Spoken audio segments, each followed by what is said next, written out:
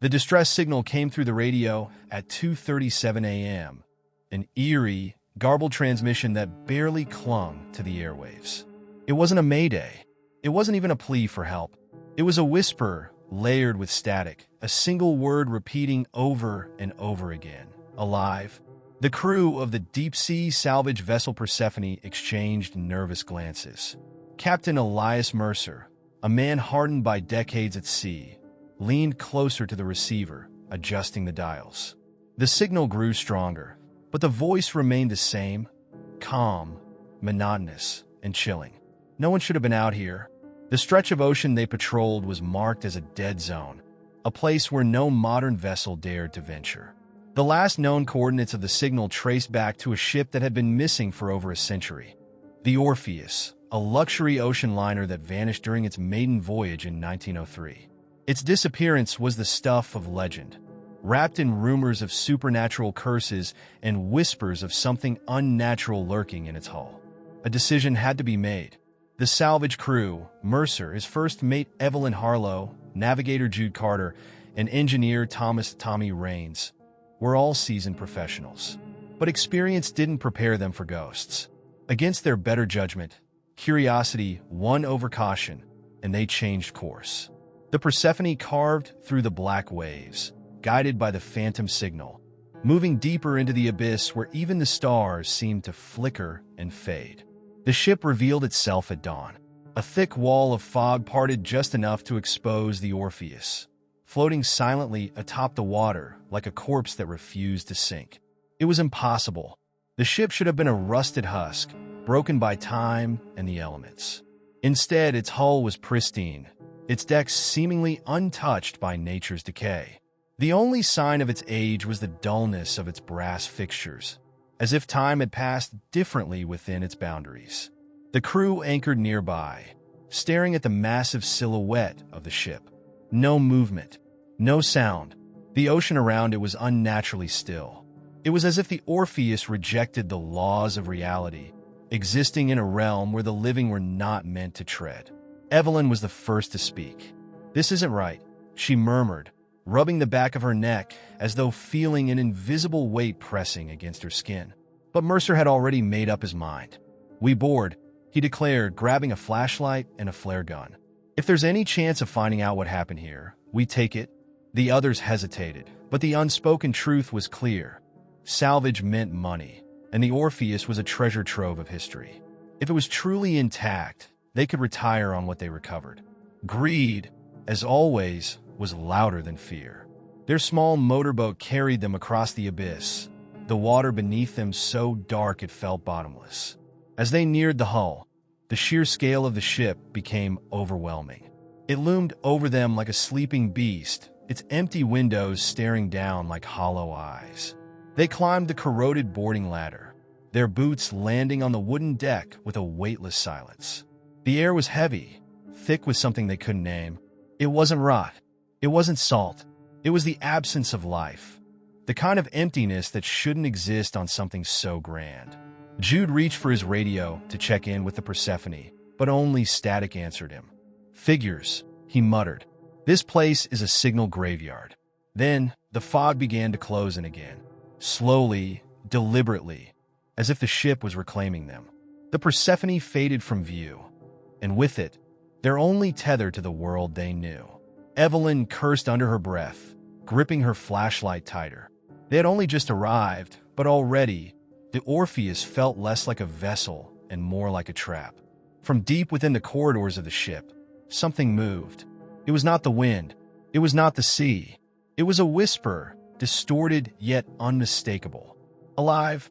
The silence aboard the Orpheus was oppressive. It was not the kind of quiet found in empty places, but rather the uneasy stillness of something waiting to be disturbed.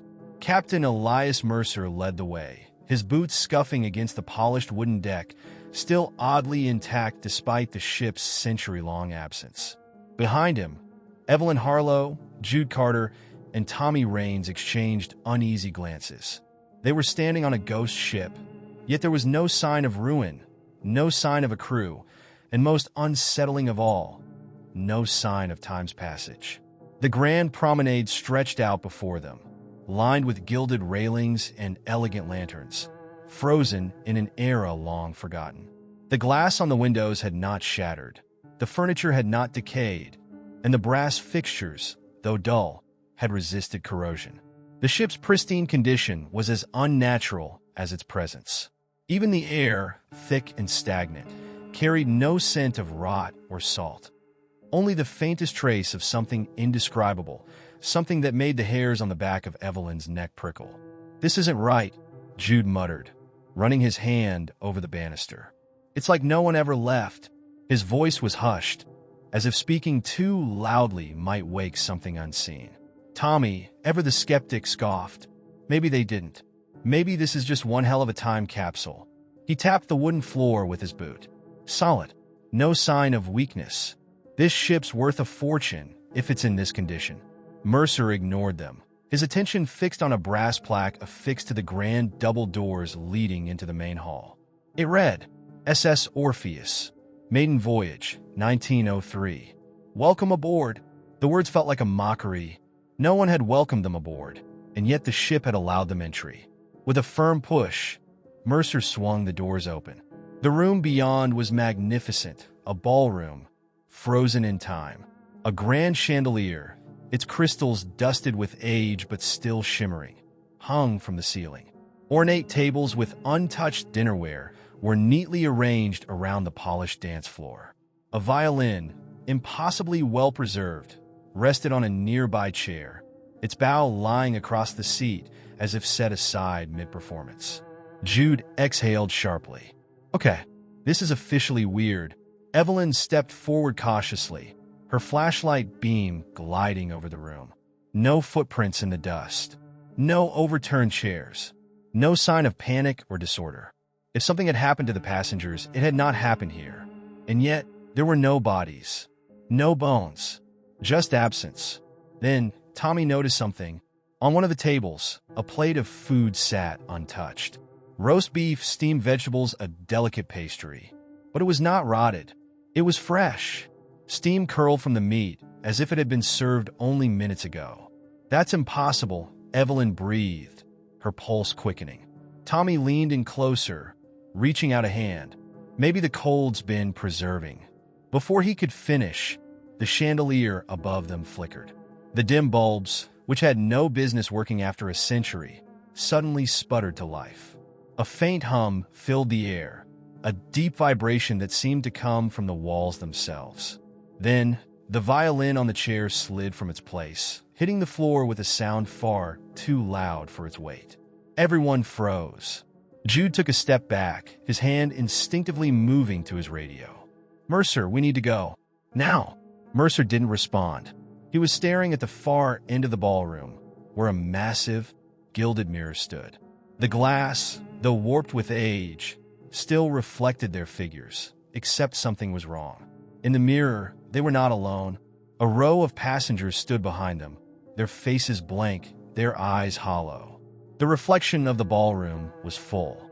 The real one was empty. And then, as if sensing they had been seen, the figures in the mirror turned their heads, slowly, unnaturally, toward the crew. The chandelier flickered again, and the room went black. Darkness swallowed the ballroom in an instant. The only sound was the crew's ragged breathing, sharp and uneven as the weight of unseen eyes pressed against them. Evelyn fumbled for her flashlight, fingers trembling as she clicked it on. The weak beam cut through the suffocating blackness, sweeping across the empty room. The chandelier had gone dead. The violin lay where it had fallen. The air, moments ago humming with unnatural energy, had gone still. But the mirror remained. Its gilded frame loomed at the far end of the ballroom, reflecting back more than just their nervous faces. The passengers, the silent, faceless figures from the past, were still there. They had not vanished when the lights went out. They had not retreated. They stood in the reflection, their featureless expressions locked onto the crew as if studying them. Jude was the first to break the silence. "That's not real," he whispered, but the words held no conviction. Tommy took a step back, nearly tripping over an ornate chair. "It's some kind of trick," he muttered, his voice edged with fear. "Refraction, old glass, something." Then why are they moving? Evelyn's voice was barely more than a breath. The figures in the mirror had begun to shift. Not smoothly, not naturally, but in jerky, unnatural movements, as if time within the glass was fractured. Some twitched their heads toward the crew. Others tilted their bodies at angles impossible for human bones. The tallest figure, standing near the center, took a slow, deliberate step forward in the reflection. But on the ballroom floor, there was no one there. Mercer's jaw tightened. He had spent years facing the fury of the sea, but this was different. This was something beyond storms and sinking ships. "We're leaving," he ordered, his voice firm, unshaken. "Now!" They turned as one, moving quickly toward the grand doors. But as they reached them, the heavy wooden panels slammed shut with a force that sent vibrations through the floor. Jude yanked at the handles, his breath quickening. Locked, a whisper slithered through the air. It came not from the ballroom, but from the mirror. "You are seen." The words did not belong to one voice, but many, layered atop one another like a chorus of the dead. The figures in the mirror lurched closer, their movements erratic, flickering in and out like a broken film reel. Evelyn raised her flashlight again, pointing it at the mirror. The beam illuminated something new, something none of them had noticed before. The passengers' uniforms, their fine dresses, their polished shoes, they were all pristine. But their hands, where they should have had fingers, were instead long, thin distortions, stretching and twisting unnaturally. And their mouths, which had been featureless before, were now beginning to form. They were grinning. Something cracked. A deep, resounding fissure splintered through the mirror, running from the top of the frame to the bottom like a wound in reality itself. The reflection began to distort, rippling like water. And then one of the figures stepped through. It did not emerge from the mirror as a person should. It peeled itself from the glass, like a shadow breaking free from its owner. Its form was liquid and wrong, shifting between the shape of a man and something else entirely. As it moved, the air grew colder, thick with the scent of something ancient, something buried beneath time. Mercer drew his flare gun. He did not hesitate. The gun cracked, sending a burst of red light streaking toward the thing. But before it could connect, the entity simply vanished, not in a retreat, not in fear, but as if it had never been there at all. Then, the doors behind them groaned and swung open on their own. "Go," Mercer barked. No one needed to be told twice. They bolted, the echoes of their footsteps swallowed by the vastness of the ship. The air behind them grew heavier, thicker, as if something unseen was giving chase. As they ran, Evelyn risked one last glance over her shoulder. The ballroom was as they had first found it, silent, still, frozen in time. The mirror stood unbroken. The passengers remained. And this time, they were all smiling. The crew did not stop running until they reached the long, empty corridor beyond the ballroom. Their footsteps echoed down the wooden floors, the walls lined with unlit sconces and elegant paneling that had somehow resisted the decay of time. Mercer was the first to halt, turning sharply to ensure no one had been left behind. They were all there, Evelyn, Jude, and Tommy, faces pale, breaths ragged, minds struggling to make sense of what they had just witnessed. "We are leaving this ship," Mercer said, his voice firm but controlled. "No more exploring. No more questions. We find a way out now." Tommy, ever the skeptic, pressed a hand against his chest to slow his breathing. What the hell was that? His bravado was gone, his earlier dismissiveness shattered. Evelyn shook her head, her fingers gripping the strap of her satchel so tightly that her knuckles had turned white. "I don't know, but it saw us, and I don't think it wanted us to leave." Jude turned back toward the ballroom doors, which now stood eerily ajar. The golden chandelier within flickered weakly, as though whatever force had animated it was slowly fading. But the mirror remained, reflecting that impossible crowd of faceless passengers. And the way they stared, the way they smiled, sent ice down his spine. "We move," Mercer ordered. "Now!" The group pressed forward, following the main corridor that wrapped around the ship's interior. The architecture remained stunning, Ornate moldings, brass door handles, velvet-lined benches. It felt more like a grand hotel than a vessel abandoned for a century. But the deeper they moved, the more unnatural the silence became. There was no groan of shifting wood, no distant drip of water, no whisper of wind through broken portholes. The Orpheus was at rest, but in a way that suggested it had been waiting. Jude reached the first door they came across and tried the handle. Locked. He frowned and tried another. Locked as well. He turned to Mercer. "Captain, this whole place is sealed up. Like it doesn't want us in, or it doesn't want us out," Evelyn added quietly. Mercer didn't acknowledge the comment. He moved forward, testing each door, each hallway. The same result. Every possible exit, every stairwell leading to the upper decks was locked, bolted shut as if they had never been meant to open. And then the humming began. A deep, resonant vibration filled the air, seemingly emanating from the walls themselves. It was not mechanical, not the sound of old pipes or shifting steel. It was alive, a low frequency that settled into their bones and made their teeth ache. Tommy turned in circles, scanning the corridor. "Where is that coming from?"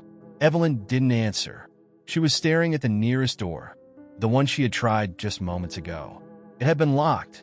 Now, it was open, just slightly, a dark sliver of a gap visible between the ornate wood and the frame. She took a step back instinctively. That wasn't open before. The others followed her gaze. No one moved. No one spoke. Then something inside shifted. A shadow, barely perceptible in the dimness, passed across the opening. A slow, deliberate movement, as though something had been standing just beyond, listening, watching. The door creaked wider. Mercer took a step forward, reaching for his flare gun again. "We're not alone." As if in response, a gust of cold air rushed through the corridor, strong enough to rattle the light fixtures above. It carried the faintest scent of something foul, something old, like seawater mixed with decay. The humming intensified. Then the doors around them, every locked door, every bolted exit began to open. Not with violence, not with force, but with slow, deliberate purpose. As if the Orpheus had made a decision, and it had decided to let them in. The ship had made its decision. The slow, deliberate creaking of the doors echoed down the corridor, each one yawning open like a gaping mouth, waiting to swallow them whole. The air was thick with salt and something else, something rancid, like old meat left to rot beneath the sun. The crew stood frozen, their limbs stiff with the primal instinct to flee, but there was nowhere to go. Mercer was the first to move. He stepped forward cautiously, his grip tightening around the flare gun as he peered into the nearest open doorway. It led into what looked like an old reading lounge, filled with mahogany bookshelves and dust-covered furniture. The air inside was stale, untouched for decades, but otherwise empty. It was normal, or as normal as anything on this ghost ship could be. "We keep moving," he said, his voice low, authoritative. "Stay close. No one goes off alone." Jude swallowed hard and nodded, following as Mercer led them deeper into the ship's interior. Tommy kept glancing behind them, his nerves frayed. "This is insane," he muttered under his breath. "We should have never stepped foot on this thing. We should have just—" A sound stopped him, a wet, slithering noise like something dragging itself across the floor. It came from the staircase ahead, leading down into the ship's lower decks. The dim emergency lights lining the walls flickered, casting long, shifting shadows. Something had moved just beyond their vision, something large. Evelyn exhaled shakily. "We don't go down there." Mercer ignored her. He moved to the top of the staircase, angling his flashlight down into the darkness below. The beam revealed a long corridor lined with doors. Crew quarters, storage rooms, maybe even the engine room further down. But the floor was wet. Dark water pooled across the wood, as though the ship's lowest levels had begun to flood. Jude's breathing quickened. "We're taking on water?" Evelyn shook her head. "No, that's not seawater." She was right. The liquid was too thick, too dark. It moved strangely, almost as if it were alive, shifting in slow, unnatural currents. Mercer took a cautious step down, shining his light across the surface. The reflection was distorted, rippling like a broken mirror. And then something looked back. A shape formed beneath the liquid, eyes deep and sunken, watching from below. A hand, long and skeletal, pressed against the surface from the other side, stretching upward. The fingers curled unnaturally, as if trying to break through an invisible barrier. Then, with horrifying speed, the hand lunged. Mercer barely had time to react before the water exploded upward, sending a cascade of dark liquid splattering across the stairwell. He stumbled back as something massive and inhuman surged toward him, a twisted, bloated shape dragging itself from the depths below. Its form was barely distinguishable, shifting between a human silhouette and something monstrous. Its body was slick with dark fluid, its limbs elongated and twitching as if unused to movement. Its mouth was wide, too wide, filled with rows of needle-like teeth. And as it rose, its voice was a gurgling whisper, thick with something ancient and wrong. "You should not be here," Evelyn screamed. Mercer fired the flare gun. The burst of red light illuminated the creature for the briefest moment before it vanished. Not recoiling, not retreating, but simply ceasing to be, as if it had never been there. The dark liquid sloshed back down the stairs, calm once more, as though nothing had happened. Jude grabbed Mercer's arm. "We are leaving," he hissed, his voice on the edge of panic. Mercer nodded. No arguments, no hesitation. But as they turned back toward the way they had come, something had changed. The hallway behind them, the one lined with the open doors, was no longer the same corridor. The walls had shifted. The lights had dimmed. The ship had changed around them, twisting its own layout like a living thing. There was no way back. The Orpheus had decided to keep them. The ship had shifted. The corridor behind them was gone, replaced by a narrow passageway that had not been there before. The walls seemed closer, the air heavier, as if the Orpheus itself was breathing. Mercer turned in slow circles, gripping the flare gun so tightly his knuckles whitened. His crew stood motionless, their minds struggling to comprehend what they had just seen. Jude was the first to speak, though his voice came out in a harsh whisper. Did anyone else just see that thing?" Evelyn pressed a shaking hand to her forehead. "See it? It nearly touched us. It spoke to us." Tommy took a slow step back, eyes darting to the darkened corridor ahead. "This ship is playing with us." His voice lacked its usual bravado, replaced instead by something raw, something terrified. Mercer inhaled deeply, pushing down his own fear. "We don't panic," Jude scoffed. "Don't panic? We just saw something crawl out of that thing." He gestured toward the blackened stairwell. "And now the ship is moving on its own. How the hell do we not panic?" Mercer's jaw tensed. "Because if we lose our heads, we die." His words settled over them like a heavy fog. The Orpheus was alive, responding to their movements, their choices. That much was clear now. There was no reasoning with it, no predicting it. Tommy exhaled sharply and turned to the newly formed corridor. "So, what do we do?" Mercer took a step forward. The passage stretched into the distance, dim lights flickering along the walls. It led somewhere, but whether it was safer or more dangerous than the stairwell behind them was a gamble. "We move forward," he said, voice resolute. "We find another way out?" Evelyn hesitated. "And if there isn't one?" Mercer didn't answer. He couldn't. They walked in silence, the oppressive air pressing against them from all sides. The corridor was narrower than before, the walls damp with condensation that smelled of rust and seawater. Their footsteps barely made a sound, swallowed by the dense stillness that surrounded them. Then the whispers began, soft at first, just a distant murmur, then closer, distinct. "Turn back. You do not belong. This is not your place." The voices came from nowhere and everywhere, layered over each other like overlapping waves. Jude clamped his hands over his ears. "I don't like this. I really don't like this." Neither did Mercer. But there was nowhere to go but forward. Then the hallway ended. They stood before a massive iron door, its surface covered in deep scratches, as if something had tried desperately to claw its way through. A tarnished brass plaque was bolted above the frame. the words barely legible beneath years of corrosion. Cargo hold. Tommy swallowed hard. I don't like this either. Mercer reached for the handle. The moment his fingers touched the cold metal, the whispers stopped. The ship held its breath. Then, from the other side of the door, something knocked. 3 slow, deliberate knocks, and the Orpheus waited for them to answer. The sound of the knocks rippled through the corridor, sending a fresh wave of dread washing over the crew. Each knock was slow, deliberate, as if whatever was on the other side was waiting. Not demanding, not urgent, just patient.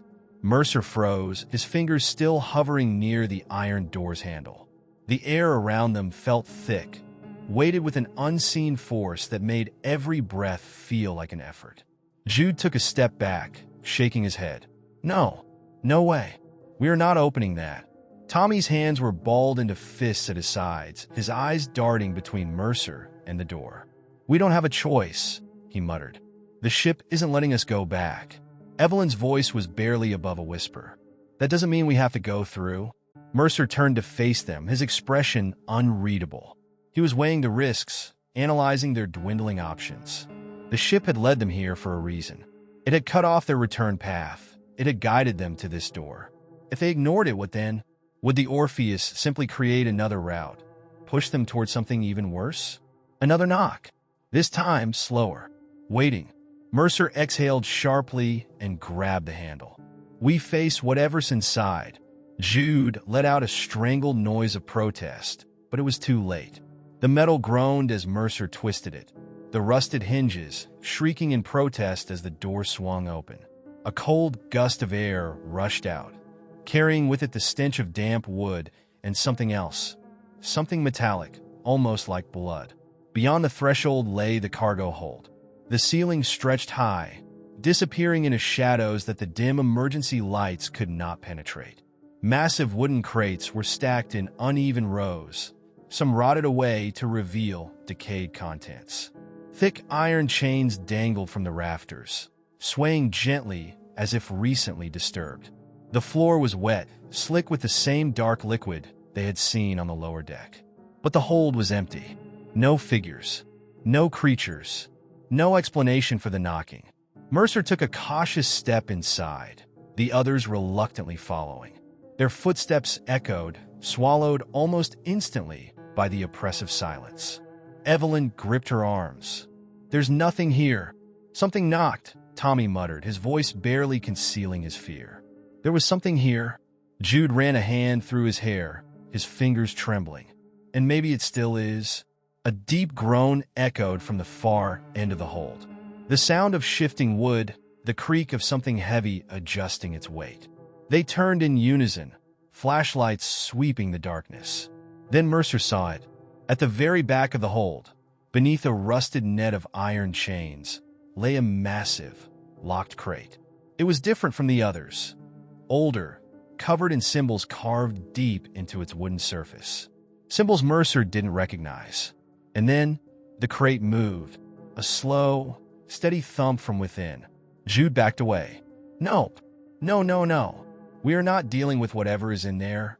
Mercer approached, scanning the faded text burned into the crate's side. The writing was in a language he didn't understand, but beneath it, in smaller lettering, was something in English. Do not open. Do not disturb. Do not let it out. His pulse pounded in his ears. This crate had been here for decades. Maybe longer. The ship had stranded itself in the ocean, abandoned by its crew. Had they left because of this? Had they tried to keep something inside? And then, from within the crate, a voice whispered, "Help me." Evelyn clapped a hand over her mouth. Tommy swore under his breath. Jude turned white. The whisper came again, hoarse and desperate. "Please, let me out." Mercer took a step closer. His instinct screamed at him to run, to leave the crate sealed, to never touch it. But what if there really was someone inside? Someone trapped, waiting for release? Or worse, what if that was exactly what the Orpheus wanted them to think? The whisper hung in the air, thick and unnatural, seeping into their bones like a slow-moving poison. "Help me?" It was weak, fragile, yet something about it was deeply wrong. It didn't sound entirely human. There was an uncanny quality to it, a distortion beneath the words, as if multiple voices were speaking at once, layered imperfectly on top of each other. Evelyn took a step back, her eyes wide with terror. "We are not opening that crate." Tommy ran a shaking hand through his hair. "What if someone's inside?" Jude spun to face him, his expression incredulous. "Someone? Are you serious? Look at this place. No one has been on this ship for decades. If there's something in there, it shouldn't be alive." Mercer stared at the crate, his mind racing. The symbols carved into the wood were unfamiliar, but they meant something. They were warnings, barriers. The people who had placed them there had known what they were doing. And the writing in English, "Do not open," wasn't just a suggestion. It was a command. The voice came again. This time it sounded closer. "Please let me out. I've been here so long." The crate did not shake, did not rattle. There was no sign of struggle inside. Just that voice. That awful, broken voice. Mercer hesitated, then crouched beside the crate, his fingers hovering just above the ancient wood. He turned his head slightly, speaking toward the cracks in the rotting planks. "Who are you?" Silence. Then, "Don't you remember me?" The words hit Mercer like a punch to the stomach. He stiffened, his breath catching in his throat. That voice, it was shifting now, warping, becoming something familiar. Jude's face twisted in horror. "Mercer, step away from it. Right now." But Mercer wasn't moving. His body was rigid, frozen, his mind scrambling against an impossible recognition. The voice had changed. It had become softer, more real, more human, and he didn't know it. It was his brother's voice. Evelyn grabbed his arm. "Mercer, whatever that thing is, it's lying." Tommy took a slow step back, his gaze darting between Mercer and the crate. "Your brother is dead, Mercer. You told us that yourself." Mercer swallowed hard. His brother, Daniel, had died when they were kids. He had drowned in the ocean, his body lost to the waves. It had happened a lifetime ago. There was no way he could be in this crate. Yet the voice came again, weak and pleading. "Mercer, you left me. You let me sink. Please, big brother, don't leave me again." Something inside him cracked. A surge of emotion, grief, guilt, fear, rushed through his veins. His hand moved to the crate's rusted latch. Evelyn yanked him backward, her voice sharp. "It's not him." The crate shook violently. Chains rattled overhead. The entire cargo hold seemed to shudder, as if the Orpheus itself had felt the shift in Mercer's resolve. The old wooden planks of the crate groaned, bending outward, something pushing against them from the inside. A low, guttural sound rumbled from within. Not a voice this time, but something deeper. Something wrong. Jude stumbled back, eyes wide. "We need to get out of here. Now." Mercer finally tore himself away, the spell of the voice broken. He forced himself to think logically, to push away the overwhelming emotions clawing at his mind. That thing in the crate, it wasn't Daniel. It was using Daniel's voice. It was using him. But why? And what would have happened if he had opened the crate? Evelyn grabbed his hand, pulling him toward the exit. The others were already halfway across the cargo hold, their footsteps quick and unsteady. But as they reached the door, the voice in the crate spoke one last time, soft and knowing. "You'll open it soon. I know you will." The cargo hold door slammed shut behind them. The group stumbled out of the cargo hold, their breaths heavy, their hearts pounding as if they had just escaped something unseen, something that had brushed against the edges of reality but never fully revealed itself. The air outside the hold was dense, thick with an unnatural chill, as if the ship itself was exhaling a frozen breath. Mercer could still hear the voice echoing in his mind, twisting around his thoughts like a serpent. "You'll open it soon. I know you will." He clenched his fists, trying to shake off the invasive whisper, but it lingered like a stain. Evelyn was right. It was not his brother. But the thing inside that crate had known Daniel's voice, had known his pain, and that terrified him in a way he couldn't explain. Jude locked the heavy door behind them with shaking hands. "We don't go back in there," he muttered. "Not ever." "No argument here," Tommy added, running a hand through his sweat-dampened hair. He looked to Evelyn. "What was that thing?" Evelyn exhaled slowly, staring at the rusted metal walls of the ship, her fingers rubbing her temple as if trying to force out an explanation. "I don't know," she admitted, "but it's old, and it's intelligent." Her gaze darkened. "And it knows us." The hallway ahead was long and narrow, barely illuminated by their flashlights. The beams of light flickered as if the ship itself was rejecting their presence, swallowing any attempt at visibility into its oppressive shadows. The silence had changed. It was no longer the silence of abandonment.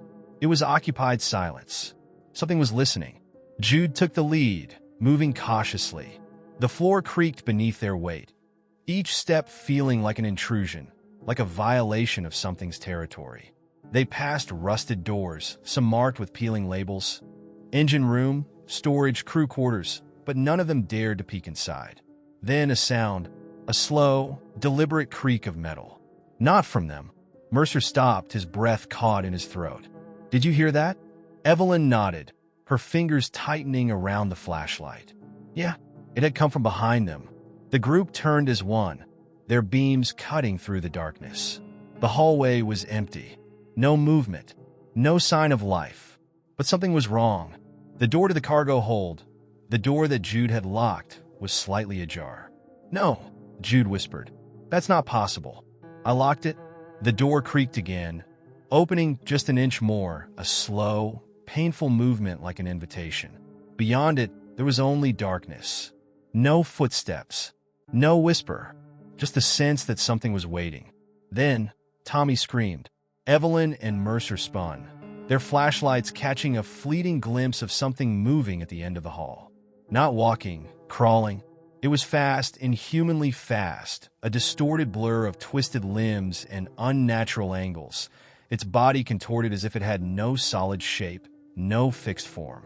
Jude grabbed Tommy and yanked him back as the thing lunged, but it stopped just short of the light. It retreated violently, slamming itself against the far wall, writhing in the dark just beyond their reach. "Back up," Evelyn commanded, her voice barely controlled. They did, inching away, their lights locked onto the creature. But as soon as they moved, it did too, mirroring them in perfect synchronization. It was watching, learning. Then it spoke, not in a voice, not in words, in laughter. A hollow, wet chuckle that bubbled up from its throat, like a sound produced by something that had only recently learned how to make it. The sound sent a primal terror through Mercer's body, a dread that settled deep into his bones. And then, as quickly as it had appeared, it vanished, as if it had never been there at all. For a long moment, none of them moved. The ship groaned around them, a slow, deliberate sound. The door to the cargo hold was now completely open, revealing nothing but pitch black. "We are not alone on this ship," Evelyn whispered. They all knew it now, and whatever was here with them, whatever had been lurking unseen, was no longer just watching. It was playing. The air felt thick with the weight of unspoken terror as the group moved further down the corridor. The ship, once a symbol of human achievement and adventure, now seemed like a labyrinth of forgotten nightmares. Each room they passed held the potential to reveal something more terrifying than the last. Their hearts raced in unison, and the silence that surrounded them only deepened their growing sense of dread. Mercer's mind was still reeling from what they had witnessed. The creature, the unnatural laughter, the way it seemed to almost mimic them. It wasn't just its form that unsettled him. It was its intent. It wasn't attacking. It wasn't even threatening in the traditional sense. Instead, it was observing them, toying with them, studying them as if they were part of a game whose rules they couldn't possibly understand. "Where are we even going?" Tommy asked, his voice small, cracking under the pressure of the atmosphere. "What are we supposed to do? There's no way off this ship." Evelyn didn't answer at first. She was the one holding it together, even if her face was drawn tight, her eyes constantly scanning the shadows. She was the only one still trying to hold onto some semblance of hope, some belief that there was a way out of this nightmare. "There has to be something," she muttered, her voice far less confident than before. "We don't even know where we are," Jude said, his voice strained. "The maps on the walls are ancient, if they even are maps. He gestured to a faded, cracked diagram near the door to the next hallway. Nothing here makes sense. It's like we're walking in circles. Then where Mercer realized the layout of the ship was familiar in a distant way, but there was something about it that was fundamentally wrong. The doors led them back to where they had been before. Hallways stretched on endlessly. There were no markings indicating their location, only the occasional rusted sign that was too obscure to decipher. It's like the ship is shifting, Mercer muttered under his breath. The others stopped and looked at him. Evelyn's eyes narrowed. What do you mean? Mercer didn't know how to explain it, but the sense of disorientation had grown worse. It wasn't just the physical space. The ship itself seemed to be changing. He could feel it in his bones, like the walls were closing in. Something about the ship's structure was not stable, not in a way that physics could explain. And then they saw it. A door at the end of the hall, one they hadn't noticed before. It was heavy, metal, and ornate, adorned with symbols they hadn't seen anywhere else on the ship. Its edges were corroded with rust, and yet there was an unnatural gleam to it, something that drew them in, something that felt like a pull, as if it was calling them. Should we check it out? Tommy asked, his voice weak, almost pleading. Evelyn hesitated, but her curiosity won out. We have to. We need to find answers. They approached the door cautiously, every step louder than the last, as if the ship itself was trying to warn them. When they reached the door, it was as though the air itself had changed, growing colder, denser. There was a heavy silence before Mercer finally pushed it open. The sound of grinding metal echoed through the hall, sending a jolt of fear through their bodies. What lay beyond the door was something they could never have expected. The room was vast, its ceiling impossibly high. It looked like some kind of control center, but not one that Mercer recognized from any ship he had ever seen. The walls were lined with rows of machines, their interfaces glowing faintly with a sickly green light. Cables snaked across the floor like veins, and in the center of the room was a large, open hatch. Evelyn stepped forward, her flashlight scanning the room. She stopped as the beam landed on something in the far corner. A figure crouched low to the ground, almost fetal in shape. It was cloaked in darkness, but they could make out the outline of its body, twisted and gnarled. Its head was down as if it were listening. What the hell is that? Jude whispered, stepping back. Mercer, his voice barely audible, said, I think it's the one from the hold. The thing that was inside the crate. The figure stirred, slowly raising its head. Its eyes were black, pools of pure, impenetrable darkness. And then, in a voice that sounded like it was coming from all around them, it spoke. You shouldn't have opened the door. You shouldn't have come. The words echoed in their minds, reverberating through their very souls. The temperature in the room dropped, and a wave of nausea swept over them. Something was terribly wrong here, dangerously wrong. Before they could react, the figure moved. Fast. Too fast. It lunged toward them, but at the last second, it stopped, as if it were playing with them again. A laugh, deep, guttural, filled the room. Then, the walls began to pulse. Mercer's heart raced as the room seemed to shrink. The lights flickered, dimming, and for a moment, the hallway outside the door seemed to disappear entirely. They were trapped, inside a room that didn't make sense, in a ship that was no longer just a vessel. It was a prison, and now, it seemed, they were part of the experiment. The room seemed to pulse with an otherworldly energy, the walls constricting with every breath they took. It felt as though the ship itself was alive, breathing in rhythm with them, feeding off their fear. The figure at the center, its twisted form looming like some grotesque sculpture, watched them intently, its dark eyes never blinking, its presence suffocating. Evelyn's mind raced as she tried to make sense of what they were facing. The ship, the creature, the impossible maze they'd been navigating. Nothing made sense. It was as if they had crossed into a realm where logic had no place, where the boundaries between reality and nightmare had blurred beyond recognition. She glanced at Mercer, her eyes wide with desperation. He, too, looked lost, a man struggling to keep his sanity intact in the face of something far beyond comprehension. Do you think it's alive? Jude whispered, his voice trembling. He was staring at the figure, his eyes wide with a mixture of fear and awe. Or is it just a manifestation of this place? Evelyn shook her head slowly. I don't know, she admitted. But whatever it is, it knows us. It's been watching us. It knew what we would do next, where we would go. Her voice faltered, a growing sense of helplessness seeping into her tone. It's like this ship is feeding on us. Tommy, who had been standing at the back, eyes fixed on the figure, suddenly took a step forward. We can't stay here. We need to get out. His words came out forcefully, as if he were trying to convince himself more than anyone else. We need to find a way off this damn ship, or whatever this place is. It's messing with our heads. But the moment he spoke those words, the air around them shifted again. The temperature dropped even further, the chills settling deep into their bones. The ship groaned ominously, and then, without warning, the lights above flickered violently before plunging them into darkness. For a moment, there was nothing but absolute blackness. Then, from the depths of the dark, a faint hum began to rise, a sound that seemed to come from all directions, vibrating through the very air. It was a low, rhythmic pulse, almost like a heartbeat, but it wasn't human. It was mechanical, cold, and alien. Evelyn's breath hitched in her throat. What is that? She whispered. It's the ship, Mercer said, his voice filled with dread. It's alive?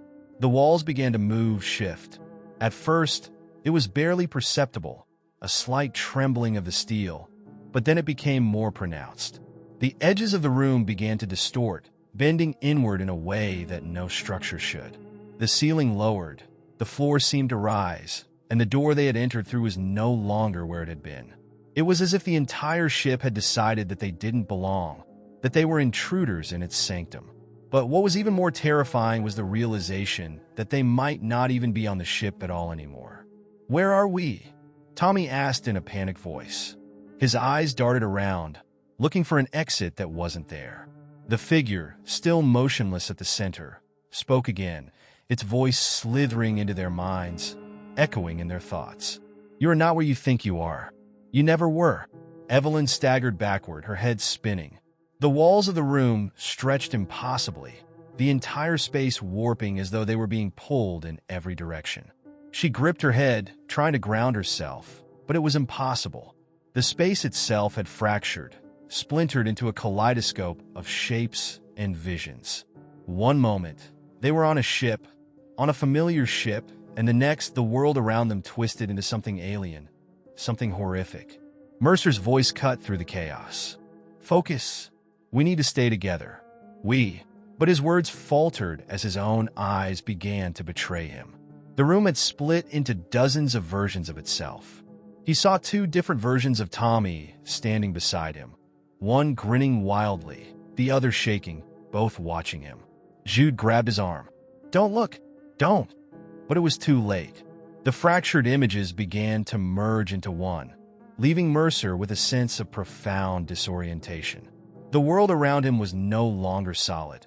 It had become an impossible puzzle where each piece was connected in ways that defied all understanding. He felt as if his mind was being pulled in multiple directions at once, fragments of memories, sensations, and horrors colliding inside him. And then, in the heart of the madness, something clicked. The laughter. It wasn't the figure that had laughed. It was the ship itself. The ship was laughing. It had been manipulating their perception, twisting reality in ways that were impossible to comprehend. The creature wasn't a thing of flesh and bone. It was a part of the ship, a creation born of the ship's unnatural sentience, a sentinel that had been waiting for them, for someone to open the doors and walk into its trap. The ship, Mercer said hoarsely, his voice breaking through the madness. It's not just haunted. It's alive. Tommy backed up into a corner, his hands shaking. We're the experiment. Evelyn looked at them, her eyes wide with realization. It's feeding off us. It's feeding off our fear, our confusion. It's trying to break us, piece by piece. The figure in the center of the room shifted, its form becoming clearer. It wasn't a man. It wasn't even an animal. It was a thing, a creature constructed of both flesh and metal, as though it had been built to survive the horrors of the ship's existence. But it wasn't in control. It was merely a guardian, a part of something much darker, much older, and they had just walked right into its grasp. The feeling of being trapped had never been more suffocating. The ship, once a place of confusion and dread, now seemed to be transforming into something far worse, a living labyrinth. The boundaries between the physical and metaphysical were blurring, the walls bending, the very air pressing down on them, as if the ship was slowly suffocating them. Evelyn felt the panic rising in her chest as the voice of the ship, continued to echo in her mind. "You are not what you think you are." Her body trembled as she tried to focus, her breath coming in shallow bursts. She could see the others around her, each struggling to keep their minds intact. Mercer was pacing, his eyes wild, darting between the shifting walls and the fractured reality around them. Tommy, still visibly shaken, pressed himself against the farthest corner, his face pale, as if the ship itself were whispering its madness into his soul. Jude seemed to be the only one still attempting to hold on to some semblance of calm, his brow furrowed, his eyes scanning the space around them. "How do we get out of here?" Tommy whispered, his voice cracking. "How do we even know we're still on the ship?" Evelyn turned to him, trying to mask the uncertainty in her own voice. "I don't know, Tommy. She hesitated, glancing around at the warped room that had become more alien with every passing second. "But we need to figure it out before it drives us mad." As if in response, the ship seemed to groan louder, as though it was reacting to their words. The walls shuddered, and the light flickered once again, casting long, distorted shadows across the room. But this time something changed. The darkness didn't fade back into the corners as it had before. Instead, it thickened, swirling around them, tightening like a rope pulling them inward. Jude took a deep breath, forcing himself to stand tall despite the overwhelming unease. "There's something wrong," he said slowly, his voice gaining strength. "We're not just in a different place. We're in something else." His words hung in the air like a terrible prophecy. Evelyn felt it then, too. The shift in the air, the sense of being drawn into a space that existed outside the laws of their understanding. The ship wasn't just warping their environment, it was warping them. It was like the walls were not just physical, but also psychological, folding their minds in on themselves, leaving them adrift in a sea of uncertainty. "We need to get out," Mercer muttered again, this time with more urgency in his voice. He grabbed for the door, but the moment his hand touched the cold handle, the walls seemed to pulse again. A wave of nausea hit him, and he stepped back in horror as the door before him shifted, becoming a swirling vortex, pulling him into it as though it were a living thing. "Mercer!" Evelyn shouted, reaching for him, but he was already gone. She could feel the pull of the ship as if the very air around them had come alive, dragging them into the unknown. "We need to stick together," she cried, her voice desperate. But before anyone could answer, the ship seemed to lurch violently, throwing them off balance. They staggered, trying to regain their footing, but it felt as though the floor beneath them had become liquid, as though the ship itself was in the process of sinking. Except there was no water, no flooding, just an endless descent into nothingness. Then a new voice, faint and distant, cut through the madness. It was soft, almost like a whisper, but it carried across the entire room, reverberating in their ears. "You are not alone." The words hit them like a thunderclap, leaving them frozen in place. Their eyes shot toward the center of the room where the figure had once stood, but it was no longer there. In its place, something far darker had emerged. It was a presence, an entity that they could feel pressing against their minds, crawling beneath their skin. It wasn't an apparition. It wasn't a creature. It was something worse. It was the ship itself, a consciousness that had been awakened by their arrival. And it was speaking to them, manipulating them. Evelyn's heart raced as her mind reeled. She had always known that something was wrong with this place, but now she understood. The ship wasn't just haunted by ghosts. It was haunted by its own malevolent spirit, a sentience that was as old as the vessel itself. And worse yet, it was aware of them. It knew them. It had been watching them from the very first moment they stepped on board. This is insane. Tommy breathed, his eyes wide. "We're not on a ship anymore. We're in the mind of this thing." Mercer's voice broke through, hoarse and strained, from somewhere beyond the shifting darkness. No, we're inside something much worse. It's not a ship. It's an entity, and it's trying to consume us. The realization hit them all at once, and the ship seemed to react, its walls contracting, its floors warping beneath their feet. This wasn't just a ghost ship. It was a living organism, a parasite feeding on their fear, twisting them into its own nightmarish image. "We need to get out of here," Jude said again, but this time his voice carried a sense of finality. "Whatever this thing is, it's not going to let us leave. It's using us, feeding on us." Evelyn took a deep breath, forcing her mind to clear despite the crushing weight of despair pressing down on her. They had come too far, seen too much to give in now. They had to escape, no matter what it took. But as the ship began to distort once again, the very notion of escape seemed like a cruel joke. "You cannot leave," the voice whispered once more. And in that moment, they all understood there was no escape.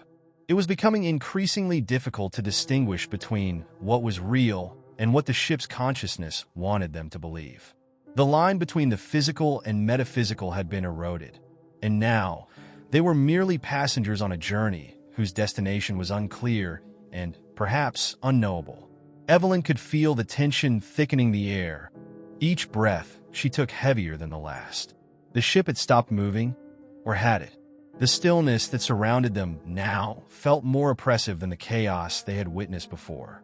Jude had been the first to voice the nagging thought that haunted all of them. The ship is alive. It's using our fear to sustain itself. It wasn't just a theory anymore. It was a grim truth that they could no longer deny.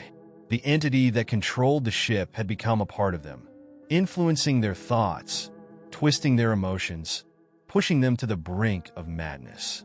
It fed on their terror and grew stronger with every passing second.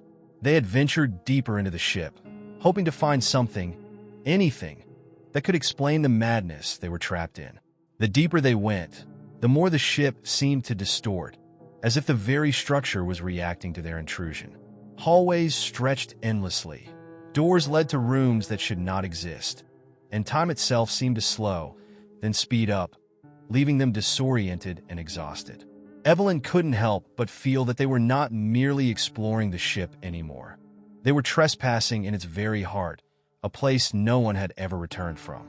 As they moved further into the bowels of the vessel, the air grew colder, and the walls narrowed. The once vast corridors now felt claustrophobic, the faint glow from the overhead lights casting long, erratic shadows that danced around them like specters. It was as if the ship was alive, breathing in sync with them, and each step they took reverberated through the halls, disturbing something ancient and deeply buried within. "It's getting worse," Mercer muttered under his breath, his eyes darting nervously from side to side. "We're not just inside the ship anymore. We're inside it mentally, too." Evelyn felt his words resonate deep within her. It wasn't just the walls that were changing. Their minds were being altered as well. She couldn't trust her own thoughts anymore. The voice that had taunted them, whispered to them, was becoming louder in her head, its malevolent presence gnawing at the edges of her sanity. "You are part of it now. You always have been." The deeper they descended into the ship, the more it felt like they were sinking into something far darker than they could comprehend. The walls of the ship were now pulsating, almost as if it had veins, its heart beating with a rhythm that seemed to echo in their bones. There was no turning back. They were drawn toward this core, this center, as if the ship was luring them in, feeding off their fear and confusion, urging them to surrender to its will. "How much further?" Tommy asked, his voice trembling. He had barely spoken in hours, his face drawn and haggard, but now his fear was palpable. He seemed to understand what they were all trying to deny. "Are we even going the right way? Or are we just walking in circles?" Mercer paused, his hand resting on the cold metal of the nearest wall. His fingers trembled, and his eyes darted nervously. "I don't think it matters anymore," he replied, his voice barely above a whisper. "The ship is leading us, not the other way around." Suddenly, there was a sharp, unnatural screeching noise, as if the metal itself was being torn apart. The sound was so deafening that it drowned out everything else, reverberating through their bodies like a shockwave. Then, just as quickly as it had started, the noise stopped. And in the eerie silence that followed, the ship seemed to shift once more. Evelyn's heart skipped a beat as she looked around, sensing that something had changed. The room they were in had transformed. The walls were no longer metal. They were fleshy, covered in pulsating veins, glowing with an eerie bioluminescence. The air was thick with a rancid metallic scent, and the floor beneath their feet felt slick and wet, as though they were standing in the heart of some monstrous organism. "God, this is it," Evelyn whispered, her voice breaking. "We're inside it. The ship is the creature. It's alive." And then, in a sickening realization, they understood that there was no escape from the ship. The longer they stayed, the more they became a part of it. They were no longer just passengers or victims. They were being absorbed into the very heart of the beast, consumed by it. The voice in Evelyn's mind grew louder, no longer a whisper, but a full-throated roar. "You belong to me now." The ship had merged with them, and they with it. No longer could they differentiate where the ship ended and they began. It had infected their minds, twisted their thoughts, and now there was nothing left but the desire to consume, to feed on their deepest fears. Evelyn felt her legs give out beneath her, her body succumbing to the weight of the horror that surrounded them. The others were just as affected. Mercer was on his knees, his face contorted with agony, while Tommy stood frozen, his eyes wide with terror. Only Jude remained standing, though even he seemed to be struggling with the reality of their situation. "This is it," Jude said, his voice trembling but resolute. "We're not leaving. Not unless we can destroy it." Evelyn nodded slowly, her mind racing as she tried to make sense of their situation. The ship wasn't just a vessel. It was a living, breathing nightmare, and it was feeding off them. But was it possible to destroy it? Or had they already crossed a point of no return? "We have to try," she whispered, her voice filled with determination. The ship, whatever it was, had taken everything from them. But there was one thing it hadn't stolen. Yet, their will to survive. The heart of the ship pulsed in rhythm with their every breath, a sinister hum that reverberated through their very beings. It was as if the ship had become one with them, the barrier between human and machine, between reality and nightmare, no longer clear. The once clear structure of the vessel now seemed to ebb and flow like the tides of an ocean, alive, unpredictable, shifting in response to their every movement. Evelyn couldn't shake the feeling that they were no longer walking through a ship. They were inside a living organism, its innards pulsating around them like the throbbing veins of a beast. The others seemed just as disoriented, their faces pale, their eyes hollow. The terror had reached a fever pitch, yet there was no way to escape. Not physically, nor mentally. Evelyn could see it in their eyes. The dawning understanding that they had already been absorbed by the ship. The blood in their veins, the breath in their lungs. They were all part of its twisted machinery now. And with that realization came the crushing weight of helplessness. What could they do? What was there to do but survive? The ship's corridors were no longer corridors. They were dark arteries, winding paths through the bowels of a creature that had no regard for the laws of physics or time. The walls, slick with an unidentifiable, viscous substance, closed in on them with each step, as if the ship itself was reacting to their presence, drawing them further into its depths. The faint, nauseating stench of decay clung to the air, and with every breath, Evelyn could taste the rot. It was everywhere, inescapable. Mercer had stopped talking hours ago, his once strong demeanor broken by the overwhelming terror of their situation. Tommy, too, had fallen silent, his eyes constantly darting about as if searching for an escape that didn't exist. Only Jude seemed to retain any semblance of control, though his calm was unsettling. He had become eerily still, like a predator observing its prey, and Evelyn couldn't help but wonder if the ship had affected him differently than the rest of them. It wasn't until they came upon a vast chamber, if it could even be called that the full magnitude of their situation hit them. The walls of this room were made of a strange, semi-translucent material, which seemed to shimmer in the dim light. Within the walls, something moved, something alive. Tentacles, long and sinewy, twisted and thrashed, their motions erratic and uncoordinated, but full of purpose. It was a grotesque sight, one that threatened to break the last strands of sanity they had left. "What is that?" Tommy asked, his voice weak, barely a whisper. Jude stepped forward, his eyes narrowing. "That's the heart, the nucleus of it all, the core." The realization struck Evelyn like a bolt of lightning. The ship wasn't just a ship. It was a machine of grotesque, organic design, and its core was the beating heart of its existence. The thought chilled her to the bone, but she couldn't tear her gaze away. Every instinct screamed at her to turn and run. But where would they go? To another room that was as suffocating as the last? Or deeper into the ship, to some darker place where they might never find their way back? "Is there a way to destroy it?" she asked, her voice strained, filled with both fear and the faintest hint of hope. Jude turned to her, his eyes cold, unreadable. "I don't know, but I think if we don't destroy it, it will destroy us." A deep, guttural growl echoed through the chamber, and the air grew thick with a palpable sense of menace. The tentacles, which had once seemed aimless, now focused, their movements more deliberate.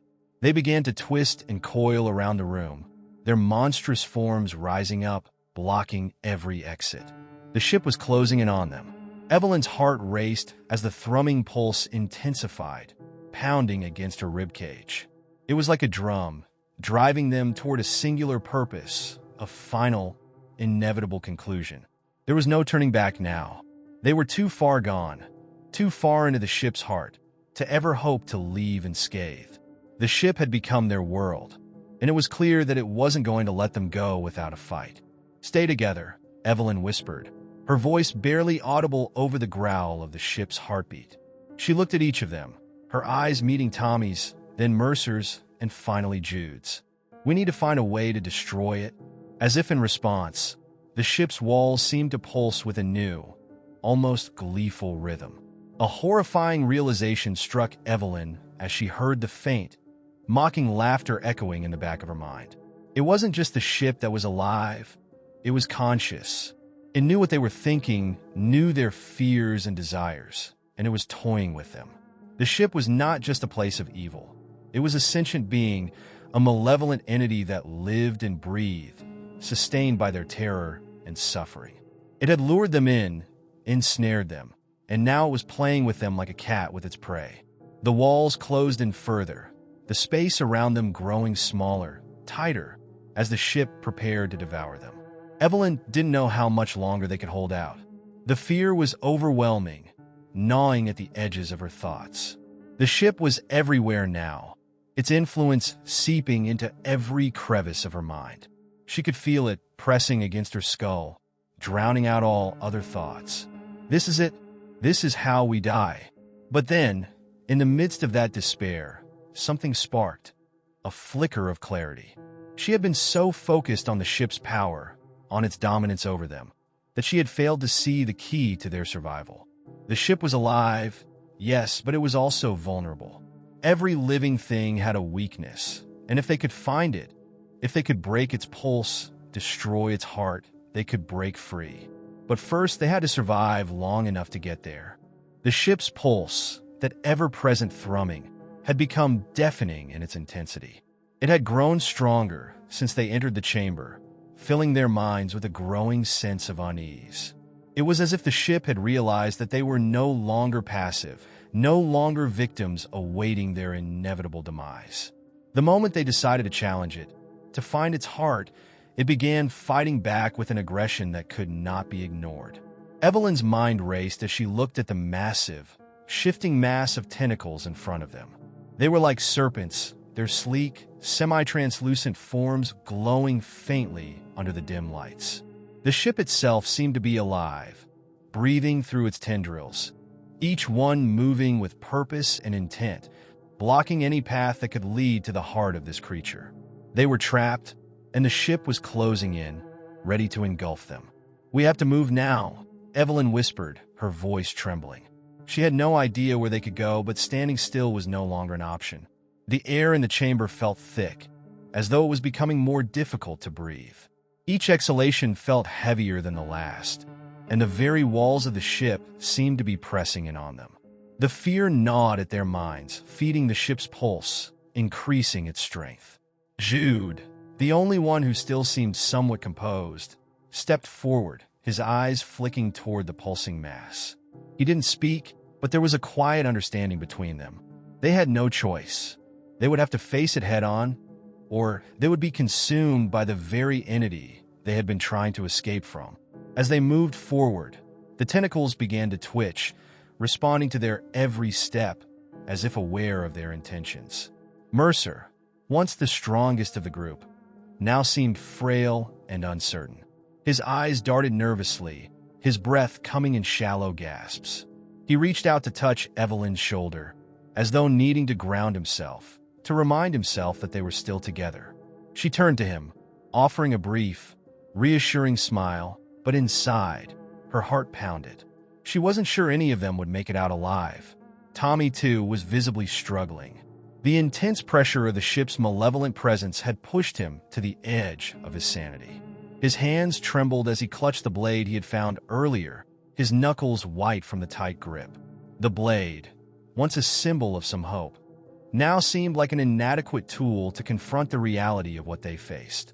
"I can't do this," Tommy muttered, his voice low and broken, his eyes wide with fear. "I can't.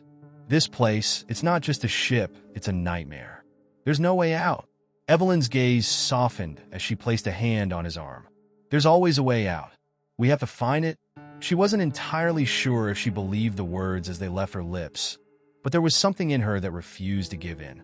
They had come too far, endured too much, to let fear swallow them now. The ship, though it had become an insidious force, was still something they could fight. It was no god, no higher power. It was a machine, a creation, a thing that could be broken. But how? How could they break it? Her mind raced back to the moment when they had first encountered the eerie hum, the unsettling feeling that the ship was watching them. It was as if it had known from the very beginning that they were intruders, that they didn't belong. But more importantly, it was as if the ship had anticipated their every move, adapting, reacting, even speaking to them through its monstrous tendrils. And then it clicked. The heart, Evelyn whispered, the words coming to her in a rush of clarity. "The core, that's where we can stop it. If we can reach the heart, we can destroy the ship. We destroy the source of its power." Jude turned to her, his face suddenly serious. "You're suggesting we take the fight to the very center of this thing?" "I am," she said, her voice unwavering. "The ship is alive because of its heart. If we destroy the heart, it will be powerless. We've seen enough to know it's not invincible. We just have to find a way inside." The others exchanged looks, but there was a sense of reluctant agreement. The ship was clearly no ordinary vessel. It was something more, something that defied logic, defied reason. And yet, in its grotesque existence, it had a vulnerability. It had a weakness just like anything else. It relied on its heart to survive, to thrive. But the more Evelyn thought about it, the more she wondered if it would be so easy. Nothing in this place had been simple. Every step they took had been met with resistance. Every plan turned against them in the cruelest of ways. Even now, the tentacles seemed to be growing more agitated, their thrashing intensifying. The pulse of the ship felt like it was synchronized with their heartbeat, growing louder, more insistent. "We need to move," Evelyn said, her voice sharp with urgency. She could feel the ship closing in around them. Its pulse was everywhere now, a constant hum beneath their skin, inside their very bones. There was no time to waste. Every second they delayed, the ship's grip tightened. With a renewed sense of purpose, they pushed forward, dodging and weaving between the swaying tentacles. The ship seemed to sense their determination, shifting its massive form in an attempt to block their path. But Evelyn's mind was clear. The path was narrow, and the heart was not far. If they could make it, if they could break through the ship's defenses, they could end it once and for all. But then, as they neared the center of the chamber, the ground beneath their feet shifted. It was subtle at first, just a faint tremor, but it quickly escalated into violent shakes. The ship, it seemed, was aware of their presence in its heart, and it was retaliating. The walls began to bend and warp, the air growing thick with a tangible force that seemed to press against them. The ship wasn't just alive, it was fighting for its survival. And in that moment, Evelyn realized the true scale of the battle they were facing. It wasn't a simple struggle between man and machine. They were fighting for their lives, for their very existence, against something that was as ancient and powerful as the sea itself. The heart of the ship pulsed, thrumming violently in the chest of the creature. Evelyn could feel it reverberating deep within her bones, sending an electric charge through the air. The ship seemed to bend and twist around them as if it were alive in the truest sense of the word, and yet not quite human. As they pressed forward, the chamber grew darker, more oppressive, the temperature dropping with every step. There was no turning back now. They had come too far, and the ship would not let them leave easily. "Keep moving," Jude said, his voice strained. His face was pale, the sweat on his brow mixing with the dust that clung to his skin. The others, too, showed signs of exhaustion, their breath shallow, their bodies sagging under the weight of what they were facing. But there was no other option but to continue. They had all seen the truth now. The only way to stop the ship was to reach its core and destroy it. But the question lingered. Could they even survive the journey to it? The ship had become a labyrinth, its once familiar corridors now twisting and turning in unnatural angles. The walls felt as though they were closing in on them, making each breath a labor. The very ship itself seemed to conspire against them, its tentacles rearing up from the walls, snaking across the floor, blocking their path at every turn. Evelyn could feel the pulse of the ship deep in her chest, a constant reminder that time was running out. Tommy, his mind clearly fraying at the edges, turned to her in a panic. "We can't keep doing this. It's endless. We'll never make it." His voice was shaky, his body twitching with the stress of it all. "We have to," Evelyn replied, forcing the words out through gritted teeth. Her own resolve was wavering, but she wouldn't let them see it. She couldn't let them see it. They had to believe they could make it, even if she wasn't entirely sure they could. The ship's pulse seemed to be growing louder, more insistent. It was like a war drum, each beat reverberating in the air and in their minds. The pressure was unbearable, and it felt as if every heartbeat was being drawn into the ship's malevolent core. Evelyn could hear the others gasping for breath, the sense of panic spreading through them like wildfire. They were all running on fumes, physically, mentally, emotionally. And yet, she knew there was no choice but to push forward. Suddenly, the ground shook violently beneath their feet, sending them sprawling to the floor. Evelyn's head collided with the cold metal beneath her, and for a moment, the world spun around her in a dizzying blur. The ship was fighting back, and the attack was violent, so much so that Evelyn feared the ship might simply collapse under its own fury. "Get up!" Jude shouted, his voice cutting through the haze of confusion in her mind. "We don't have time." Evelyn's hands found purchase on the cold, slick floor, and she pushed herself up. Her body screamed in protest, but she ignored it, forcing herself to stand. The others were doing the same, their faces pale and drawn, but their determination was still strong. Tommy's hand shook as he helped Mercer to his feet, his own face ashen, but still willing to fight. The tremors had stopped, but the silence that followed was worse. The ship seemed to be holding its breath, as though it were preparing for something much worse. The oppressive stillness was almost more terrifying than the rumbling chaos that had preceded it. There was no telling when the next wave of violence would come. They continued down the hallway, each of them stepping carefully, their movements slow and deliberate. But Evelyn could feel the fear building in the pit of her stomach. The ship was toying with them, playing with their minds, knowing that they were on the brink of their own undoing. The pulse had slowed, but it hadn't stopped. It was still there, a constant presence, guiding them forward, or perhaps pushing them further into the heart of the ship. Finally, they reached the central chamber. It was massive, a vast expanse of twisted metal and machinery, the heart of the ship exposed in its most grotesque form. The walls were covered in strange runes, glowing faintly in the dark, and the air felt thick with power, with something far older than any of them could comprehend. In the center of the chamber, embedded in the very core of the ship, lay the heart. Its monstrous, pulsing form was unmistakable. It was a twisted mass of flesh and metal, its surface writhing as though it were alive, and it was here that the ship's power was born. Evelyn felt her stomach turn at the sight. The heart was not just a power source, it was something far more sinister. It was a living, breathing organism, a creature whose very existence was tied to the ship itself. The ship was its prison, and the heart, in turn, had made the ship its own, twisting it into something far darker and more malevolent than they could have imagined. "Is this it?" Tommy whispered, his voice hoarse. "This is it," Evelyn replied, her voice barely more than a whisper. She could feel the weight of the moment pressing down on her. They had come this far.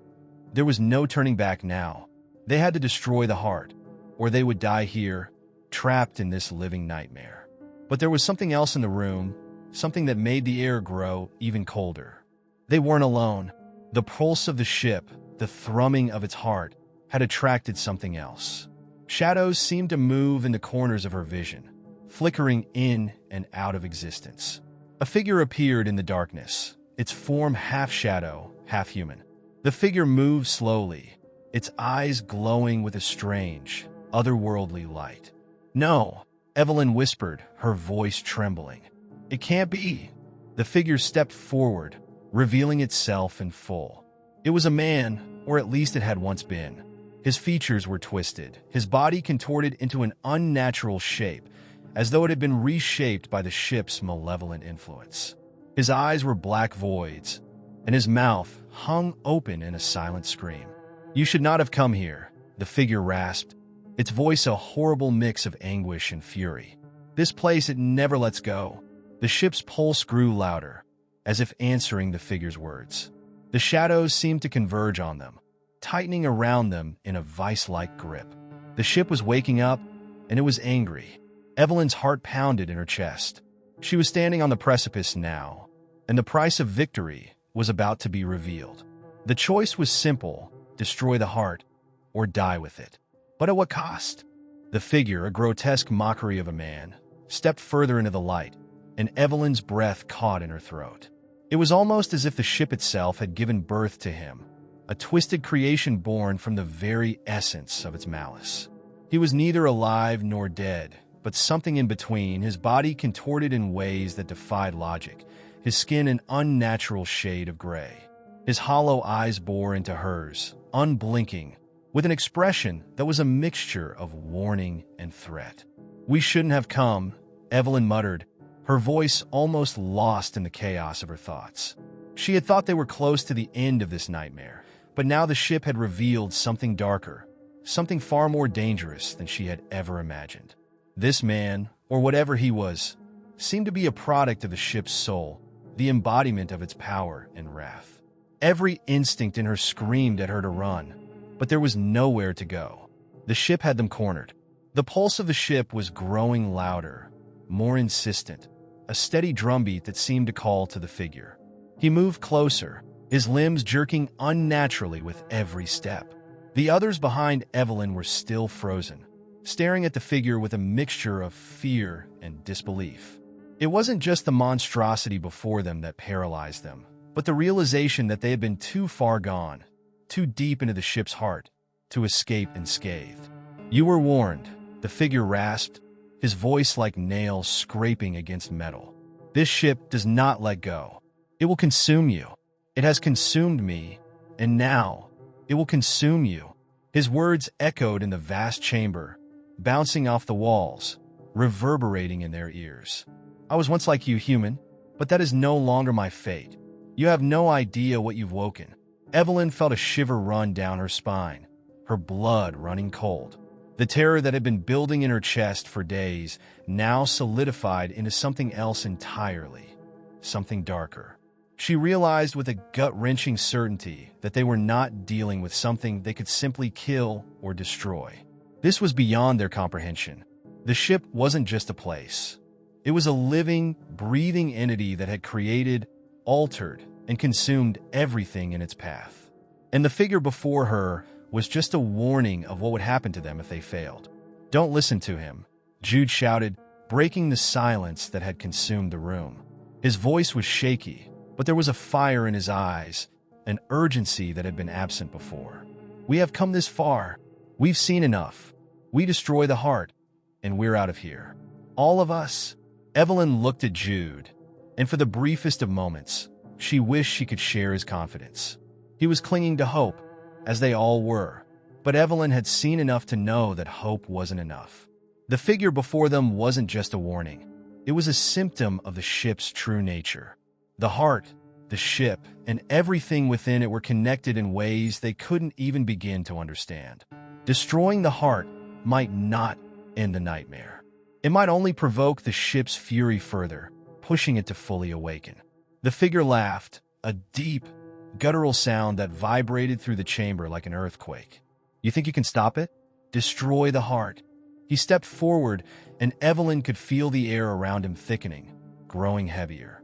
"You will never leave. I couldn't, and neither will you. It has claimed me, and it will claim all of you." There was a moment of tense silence. Then, without warning, the ship reacted. The walls trembled, the lights flickered, and the very floor beneath their feet seemed to sway. Evelyn's heart raced as the ship's pulse intensified, each beat thumping through her chest. The lights overhead flared, casting long, twisted shadows across the chamber. It was as if the ship itself were alive, aware, and angry.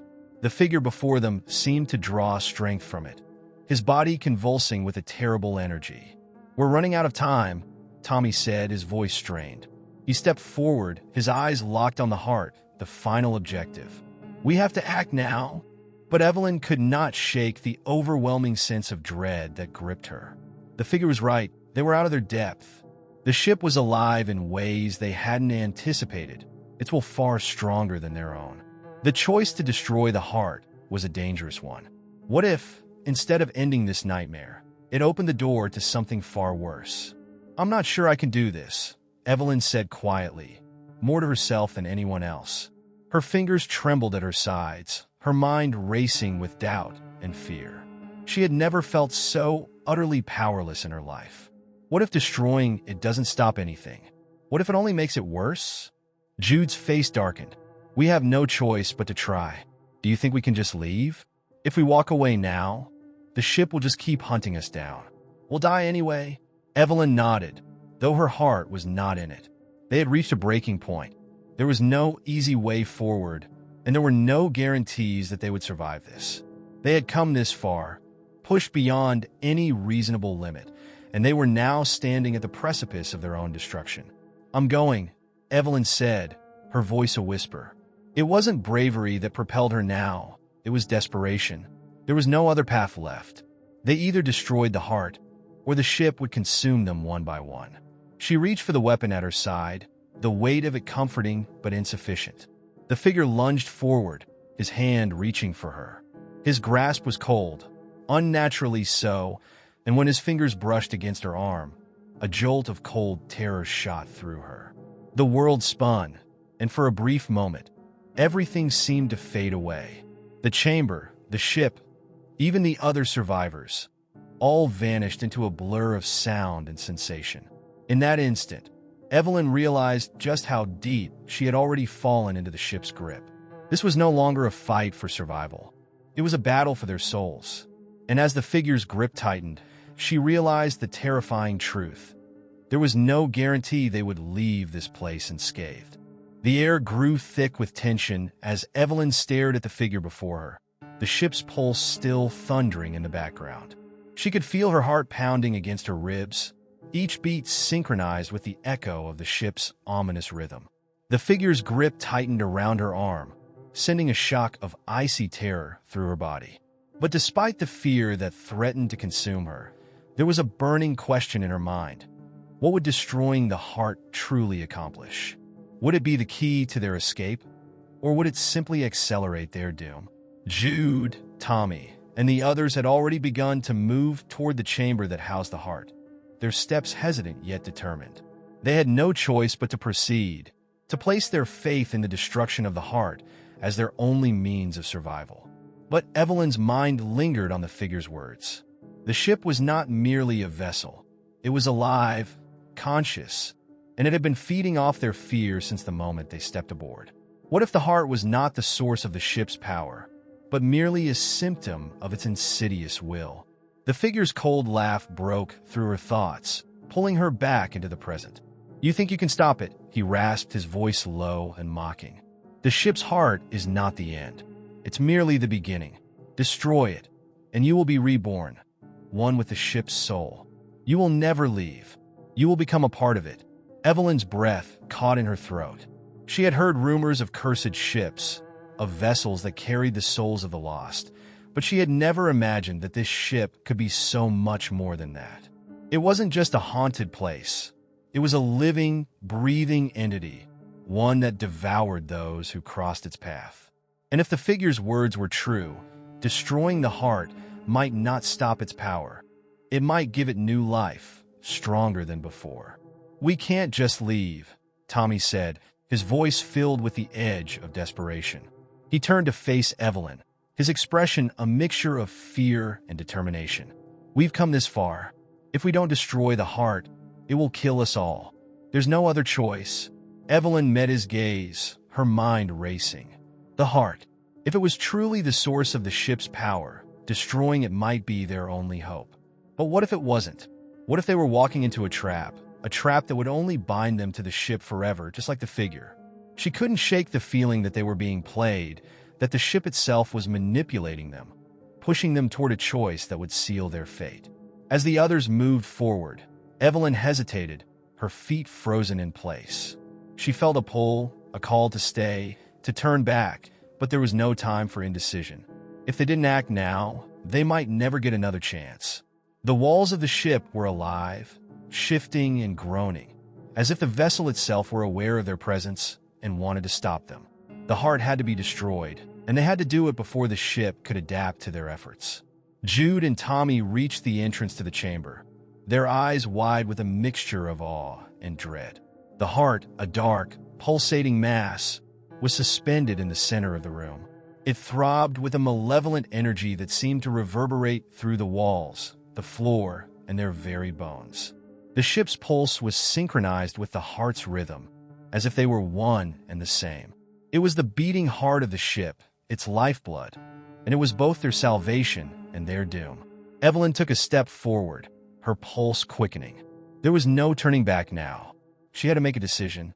They had come this far, and there was no other choice but to confront the heart. But as she approached the chamber, she noticed something, a subtle shift in the air. The darkness that surrounded the heart seemed to pulse with a strange energy, as if it were reaching out, pulling them in. And then it clicked. This wasn't just a room. This was a trap, a final test set by the ship itself. The ship had known they would come here. It had orchestrated their journey, feeding them breadcrumbs of hope, just enough to keep them moving forward. But now, at the heart of the ship, they were walking into its den, the place where it could finally consume them. The heart wasn't just an organ. It was the nexus of the ship's will, a concentrated form of its power, its consciousness. Destroying it wouldn't stop the ship. It would only allow it to claim them fully. Evelyn moved. Jude's voice was filled with urgency. His eyes were locked on the heart, and there was a wildness in his gaze, a recognition that they were on the edge of something far worse than they had imagined. But Evelyn didn't move. She couldn't. Her body was frozen, caught between the desire to act and the dawning realization that the ship had already won. The heart, the source of all their torment, was not something they could destroy. It was something they had become a part of. The ship had infected them long ago. They were already marked, already bound to it. The walls trembled as the ship's pulse grew louder, more insistent. The lights flickered, casting long, twisted shadows on the walls. The heart began to throb more violently, the air thick with the weight of its power. And then, as if to confirm her darkest thoughts, Evelyn heard a voice, low and insidious, whispering in her mind. "You were never meant to leave." She turned, her heart racing, but there was no one there. The figure, the grotesque man, was gone, and yet His words lingered in her mind, reverberating through her consciousness like a sickening echo. The realization hit her like a punch to the gut. The ship had already claimed them. They weren't just trapped within its walls. They were its next victims, its new inhabitants. The heart wasn't a weapon, it was a portal, and they had already walked through it. Jude and Tommy had reached the heart, their weapons drawn. But as they prepared to strike, the room itself seemed to resist them. The walls closed in, the air thick with the ship's power. It was no longer just a fight for survival. It was a battle for their very souls. And as Evelyn took a step forward, she realized the terrifying truth. No matter what they did, they could never escape. The ship would consume them all. The heart was not just an object to destroy. It was a living, breathing entity, and they were its newest victims. The sound of the ship's heartbeat reverberated throughout the chamber, a heavy, suffocating thrum that seemed to grow louder with each passing moment. Evelyn could feel it deep within her chest, as if her own pulse had begun to synchronize with the ship's. Her limbs were stiff, her thoughts muddled by the overwhelming weight of the realization that they were not just passengers on this cursed vessel. They were part of it. They had been from the beginning, whether they knew it or not. The ship had claimed them, and the heart, which they had believed was their salvation, was nothing more than the final layer of its insidious grasp. Jude and Tommy stood frozen before the heart, their eyes wide with disbelief. They had made it this far, but now, in the face of the truth, they were unsure how to proceed. The room pulsed with an energy that seemed to pull at their very souls, a force stronger than any they had encountered before. The air was thick with the scent of decay, and the walls groaned as if in agony, pleading for release. But release was not an option. They had come to the end, and the end had already begun. Evelyn's mind raced. The ship had been more than a haunted vessel, more than a simple collection of twisted rooms and corridors. It was alive in a way that no one could have ever imagined. It wasn't just powered by the heart. It was powered by their fear, their pain, their suffering. They had fed it, unknowingly, every step of the way. And now, it was feeding on them, transforming them into something else entirely. The truth settled heavily on Evelyn's shoulders, like a crushing weight that left her breathless. The heart wasn't the source of the ship's power. It was merely a symbol of what the ship had become. The ship didn't need the heart to survive. It had long since evolved into something else, something beyond comprehension. It didn't need blood or flesh. It fed on fear, on the dark emotions that lingered in the hearts of those who boarded it. And it had fed on them since the moment they set foot on its cursed decks. Jude turned to Evelyn, his eyes wide with panic. What do we do now? How do we stop it? Evelyn's voice was hoarse, barely a whisper. We can't stop it. We never could. The ship has already won. We are part of it now. Tommy, who had been silent until now, stepped forward, his face pale. No, we can't just give up. We have to fight. But Evelyn shook her head. It's too late for that. We've been fighting for our lives, but the ship has been fighting for something else. It has been fighting to make us a part of it. And now we are. The pulse of the ship grew louder, the walls around them vibrating with the force of it. The heart throbbed in rhythm with the beat, its dark mass pulsing with a life of its own. Evelyn could feel it deep inside her, as though it were calling to her, beckoning her to join it. And she knew, with a sickening certainty, that the others were feeling it too. The ship was drawing them in, feeding off their fear, and there was no escape. Suddenly, the ground beneath them trembled. The ship was moving, shifting in ways it had never done before. The heart, the source of all their torment, was beginning to change. It was no longer just an object to destroy. It had become a portal, a passageway to something far darker, something they were not meant to see, let alone experience. Evelyn could feel it, an unholy pull, a magnetic force that drew her closer to the heart. Her body moved on its own, her limbs unwilling to resist the pull. The others were doing the same, their bodies jerking forward as if possessed. And as they neared the heart, the room seemed to warp and twist around them, reality itself beginning to unravel. The air grew thick, suffocating, and Evelyn's vision blurred as the world around her seemed to distort. The walls stretched, warped, and then collapsed, leaving them in a vast, empty void. It was no longer a ship, no longer a place bound by the laws of nature. It was something else entirely. The heart was no longer just a vessel of power. It had become a gateway, a rift into another dimension, another plane of existence. Evelyn opened her mouth to scream, but no sound emerged. She reached out to grab the others, to pull them away from the heart, but her hands passed through them as if they were mere shadows. They were no longer in the ship. They were somewhere else, somewhere beyond the reach of reason. And yet, they were still trapped, still bound to the heart, still bound to the ship. The pulse of the heart grew louder, more insistent, until it was all they could hear.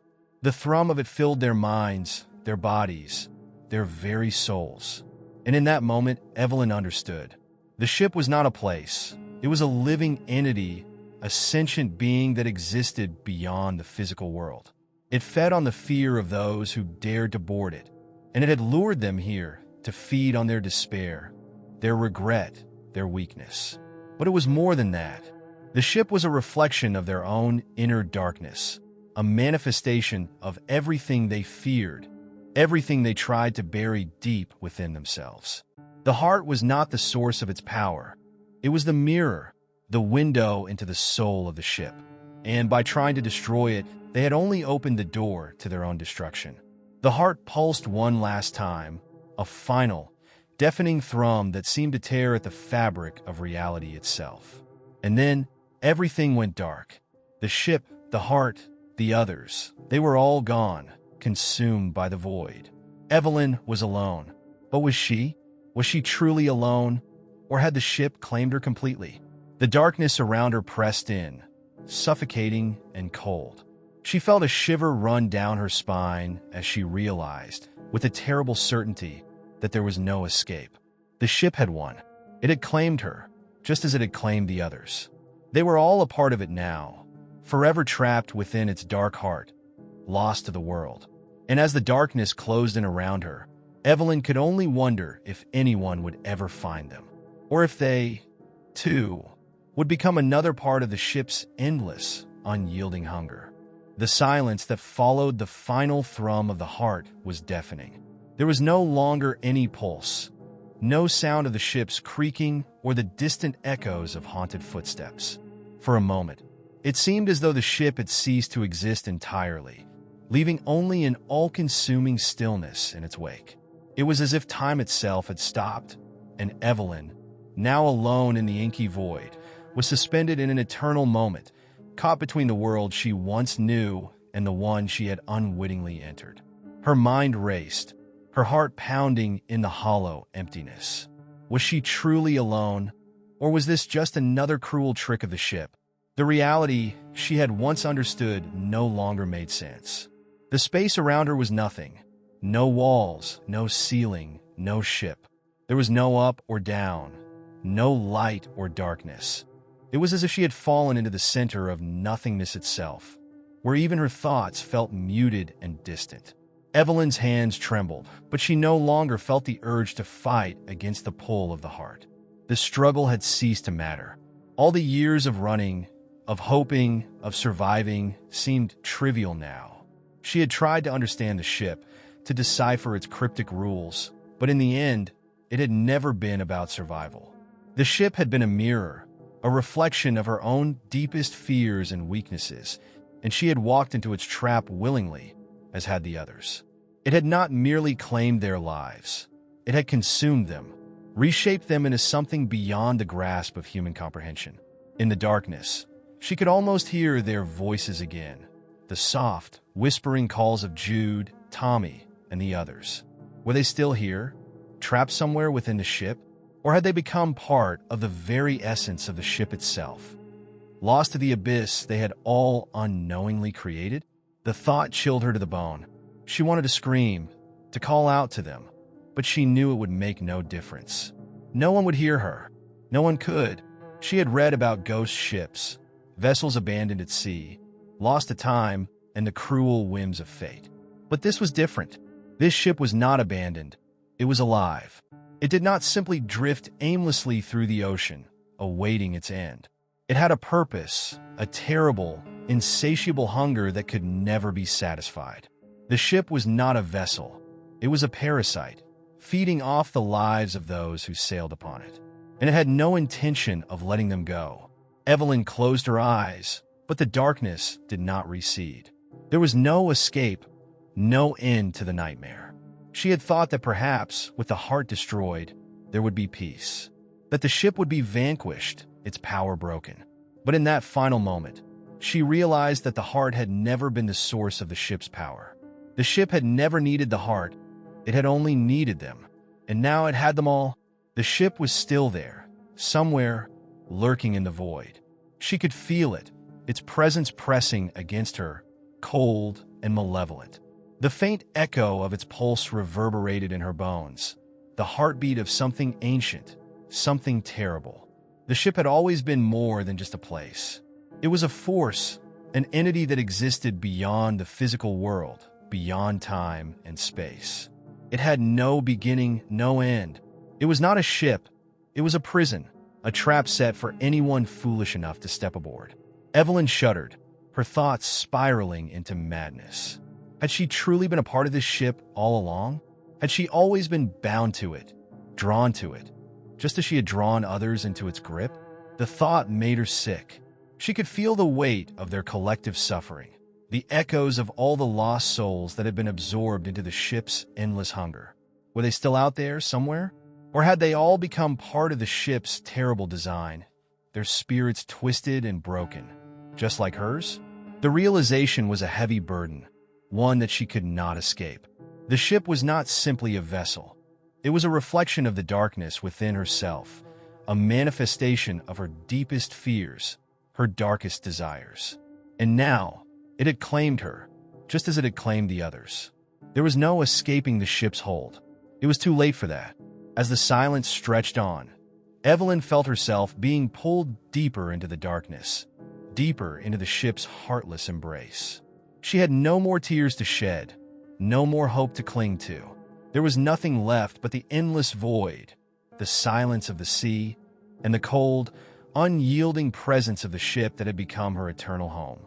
In the end, Evelyn realized that there was no escape, no resolution to this story. The ship would continue to drift, continuing its hunt for more souls to consume.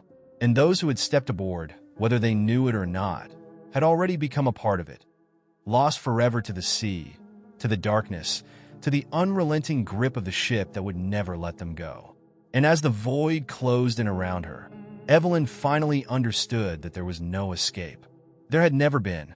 The ghost ship would sail on, carrying the echoes of its past victims, forever adrift in the vast, silent sea.